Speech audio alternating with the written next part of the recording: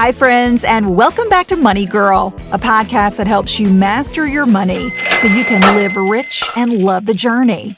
My name is Laura Adams. I'm a personal finance expert, speaker, teacher, and award-winning author based in Austin, Texas.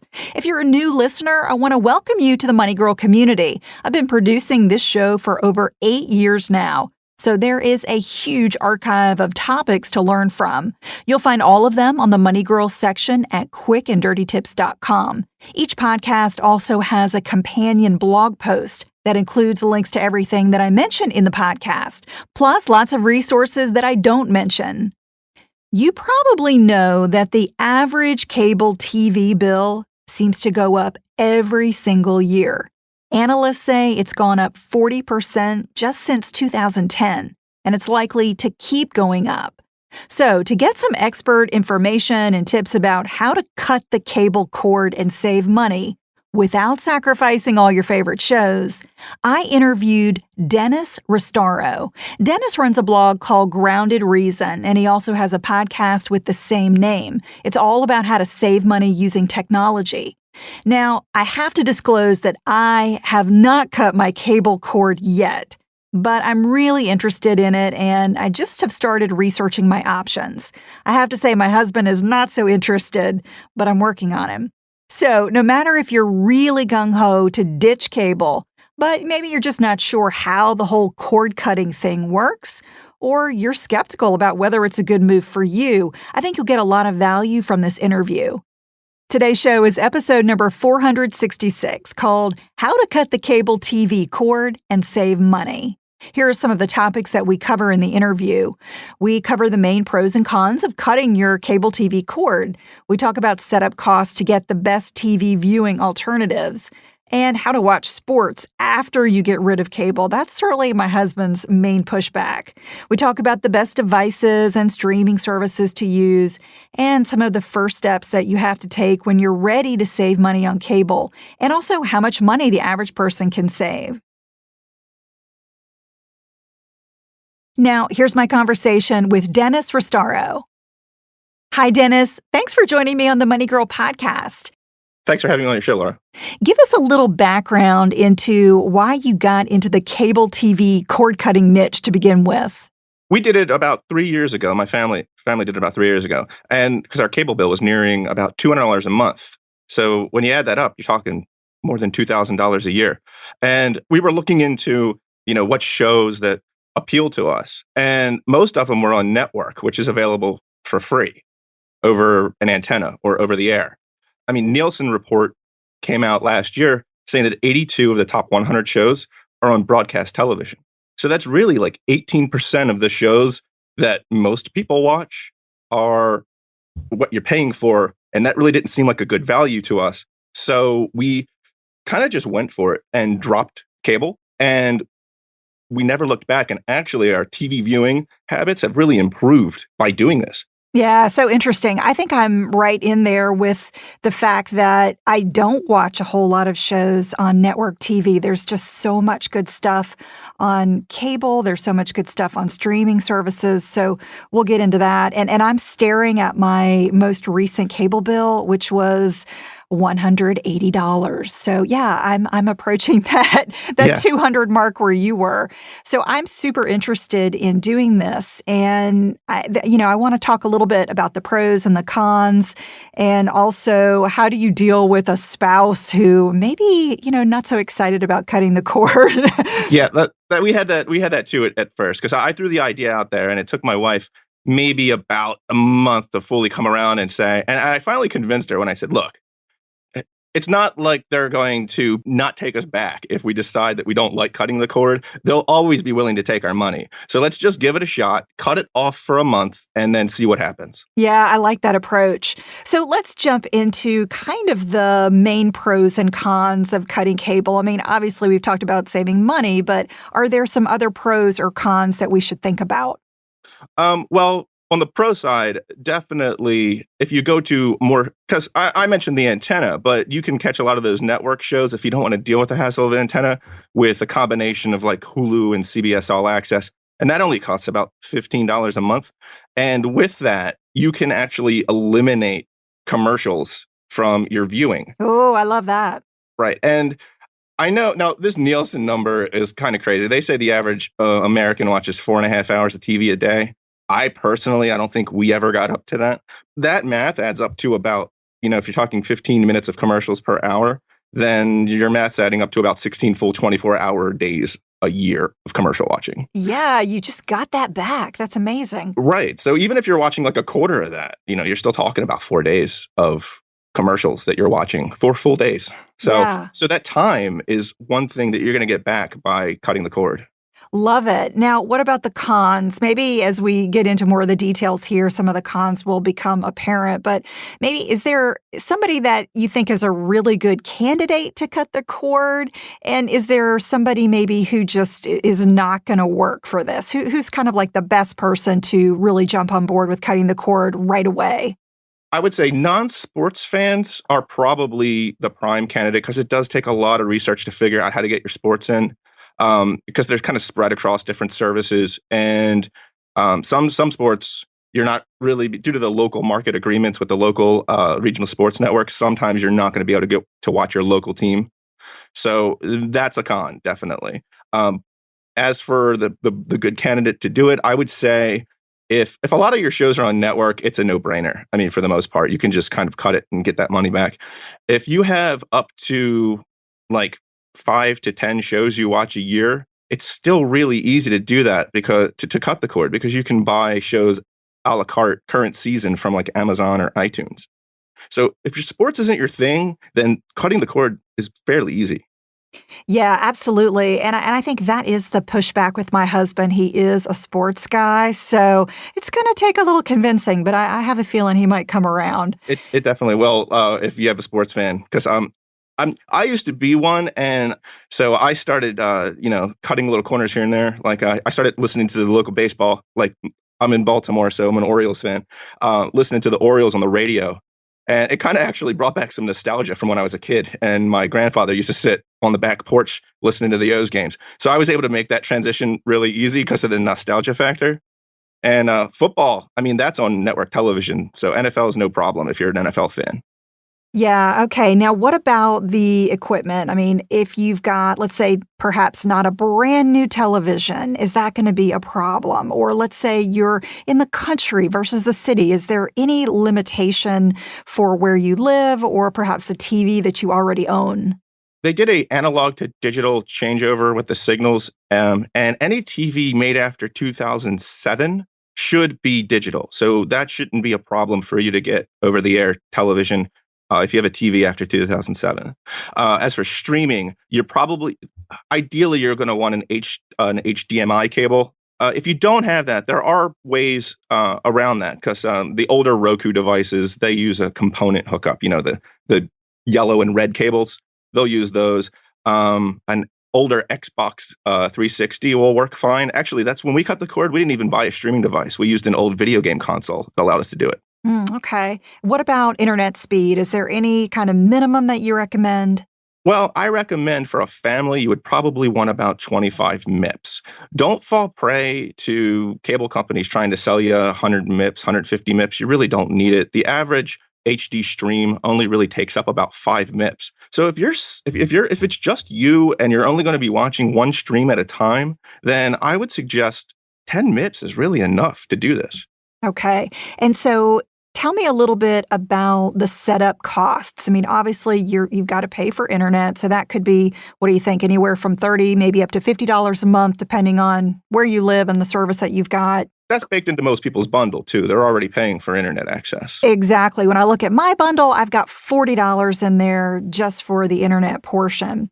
So much of it is the TV part that I'm really not even taking advantage of. So let's talk about setup costs. If you're just like me and you're starting from nothing. Now, I will tell you, I do have a old Google TV, the Sony TV. I mean, this thing we bought probably a decade ago, and it's great. So it allows me to get internet on the TV. You know, I've got some services like Amazon Prime and Netflix that I am using. But let's say I didn't even have that. If I was just really starting from scratch, what are the type of setup costs that we're talking about if you maybe need to buy some type of device or you need to sign up for a streaming service? Okay. Well, if you need a device, that will run you about $99 if you want to get a Roku, like a Roku 3. A Roku 3 costs $99. You could get the 4, the newer, but the Roku 3 will set you up just fine, and that's $99. You mentioned internet access. That's going to cost you about $40 to $50 a month. Aside from that, your streaming services, if you're Prime, most people have that. And I tell people not to really, if you already own Prime or you own Netflix, like most people do out there, I wouldn't really factor that into the cost because you're paying for that anyway. Right. Yeah, you've got that. You've got your internet anyway. Dennis, what do you think about the Roku stick? That's a little less expensive. Yeah, that works. That works really well. I personally like to hardwire everything just to eliminate any troubleshooting issues with Wi-Fi. But yes, the Roku stick is a perfect solution for those that want to run on Wi-Fi, and that runs about $50. Okay, so if somebody is totally like, what in the world is Roku? What are you even talking about? Can you try to explain it in a simple way? What are you getting from this device? Sure. Basically, it's an intermediary between the internet and your television. And really, you just plug it in, you hook it up to the network, internal network, and then you hook it up to the television with an HDMI cable. Once you're all set up, it really just goes out to the internet and pulls down these streaming services so you can watch those shows on your television. And there's so many other names that we hear related to TV services like Hulu, you hear Right. Sling, Plex, HBO Go. What are all of these things? How do they relate? With the cable model, you're paying, you're in a contract and you're paying a fee for a lot of stuff that you don't watch. When you cut the cord, it's kind of broken out for you. So you can basically pick and choose between these services. Now, the good thing about that is there's no contract. So you can also juggle services. Like if you want to buy HBO Go, that'll give you HBO Now is the cord cutter version. HBO Go is the one with cable. So there's a difference there. You want to buy HBO Now. Once you buy that, you have the entire HBO library. You have live HBO. If you're a Game of Thrones fan or, another show on HBO, you can pick that service up for 3 months while it's on and also binge watch a bunch of back order on demand things and then just drop it. So you're able to really kind of pick and choose and control your spending that way as well. So it really is a lot more about the content rather than the channel. If you figure out what the show is that you want to watch, then you kind of backtrack to figure out where you can go get it. I know you have a really neat way to figure that out on your website. So tell listeners about that. That's a really cool resource. Basically, you go in and you type in the show name and it'll tell you all the different services out there that will, give you that show. And really what you mentioned is exactly the perspective that you need going into cord cutting. Because when I talk to people, they usually ask in terms of networks. Well, how do I watch AMC? How do I watch A&E? And I say, well, let's wait a second. Are you watching A&E all day long? Are you watching AMC all day long? No, you're probably just watching a few shows on that network. So start, looking at the shows you're watching and write those shows down. Once you have that, you start to, you can go out there and see what it's going to cost to get each of those shows. Then you can make a value judgment on which shows are really worth paying for. Once you start writing those shows down and find that they cost X amount of dollars a month, sometimes you really don't think it's worth it. And that really tells you what's quality TV and what isn't quality TV. And you can make those choices now. You really can't do that with cable. Yeah. So really thinking about what am I willing to spend money on? And I think that's also a great way to think about, should I even be spending my time watching this show, right? If you're not willing to spend money on it, you certainly shouldn't be spending your time on it. So it really is a mind shift in terms of how we consume television. And there's so much out there now that I don't think it's difficult to find, like you said, 5 or 6 quality shows, and if you're only watching an hour, maybe 2 hours a day of TV, and believe me, if you're watching more than that, I'm gonna tell you to cut back. You're watching too much TV. That's right. So if it's only a couple hours a day at the most, I mean, you literally just can't watch, more than probably about 5 or 6 shows a year. So I love the fact that this kind of makes you reevaluate not only the financial aspect of it, but just the time worthiness of it. So, Dennis, what do you think? How much can someone save on average per year if they make the leap and cut the cord? Well, if you take the approach that you just mentioned, and you do wind up with 5 or 6 shows a year, now let's just assume that all those shows are on cable and you can't get them on network for free with an antenna. Then if you go to an iTunes or an Amazon Instant Video, those shows will only cost you about $10 a month if you break it down over that year. And you'll get to watch the current season of all those shows. They air one day after they would air on their typical network. So if you take that into account, $10 a month there, and then your internet connection, let's say the high end will probably run you about $50 a month. So then you're at $60 a month. Anything over that is kind of bonus. I mean, most people will have some kind of back catalog through Netflix or Amazon Prime, but really you're talking maybe $60, $70 a month to do this. So if you're paying $180, $200, you're saving at least $100 a month. That adds up to about over $1,000 a year. Yeah, I love it. And then you think about what you can do if you invested that $100 a month. And boy, I mean, this could really add up to big money. Oh, exactly. Over years. So, all right. So let's back up. And Dennis, just give us a couple of tips to start out. If we know nothing about cutting the cord, but we're really interested in experimenting with this, what's the very first step we need to take? Well, the first step is I would just jot down a list of, your must-watch shows, and then find out how much those will cost to watch. And keep in mind, a lot of network shows, they'll be free over the air. So you can get an antenna and that'll save you a lot of money. So that's the first step. The second step is to find yourself a decent internet connection, but don't overpay for internet. That's what a mistake a lot of people will make. They'll call up to get, their internet plan. And while they have a 25 MIP or 50 MIP plan that'll run them $40 or $50, the ISP or the internet service provider is trying to get them to, up it a bit to the $70 or $80 range, which kind of makes it a bit untenable at that point. So those are the two main ones.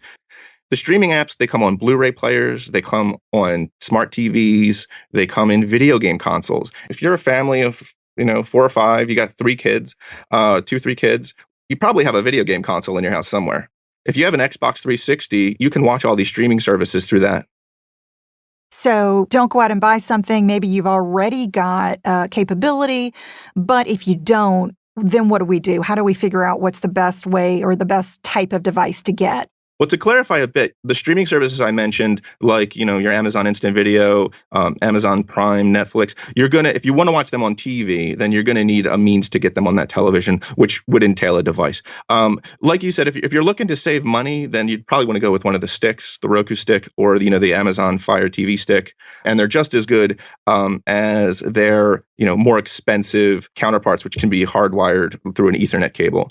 Those run about $99 to maybe $150, depending on which one you're going to go with. Got it. Well, this is such good information, and I think if you're interested in saving money, this is just a really easy way to do it. And I think it's a new way to kind of reevaluate your relationship with TV at the same time. So kind of a no-brainer. Well, Dennis, tell people where they can go to find out more about you and get more tips to make this happen. On my blog, I expand on all of the things we talked about today, and that's at groundedreason.com. And we also have a weekly podcast that we do, which covers all this stuff as well in audio. If you don't want to spend your time reading around the blog, a lot of the main tips you can pick up from the podcast. Awesome. Dennis, thank you so much for sharing all your tips. This is great info, and I want to hear from the listeners. If you guys try this and you find that you're saving money, let us know. Thanks for having me, Laura. I hope you enjoyed this interview. A big takeaway for me is that there are many alternatives to cable TV, and cutting the cord really doesn't have to be that scary. As Dennis mentioned, you can always go back if it doesn't work out the way you hoped. If you're enjoying the show, be sure to share it with a friend or a family member, and also subscribe so you get every episode the moment it's released. It's free to subscribe on apps of your choice like iTunes or Stitcher. And if you're on Android, you may try out Podcast Addict or Beyond Pod. Money Girl is also on the Spotify mobile app. To keep the money conversation going with a terrific community, I want you to join my private Facebook group called Dominate Your Dollars. There's a lot of great stuff happening there. To request your invitation, visit Dominate Your Dollars on Facebook, or you can send me a text message right now for immediate access. Just text dollars, DOLLARS. Just text that word to the number 33444. I hope to see you in the group. You can also visit lauradadams.com to email me your money question or visit my recommended tools page. That's all for now. I'll talk to you next week, courtesy of Money Girl, your guide to a richer life.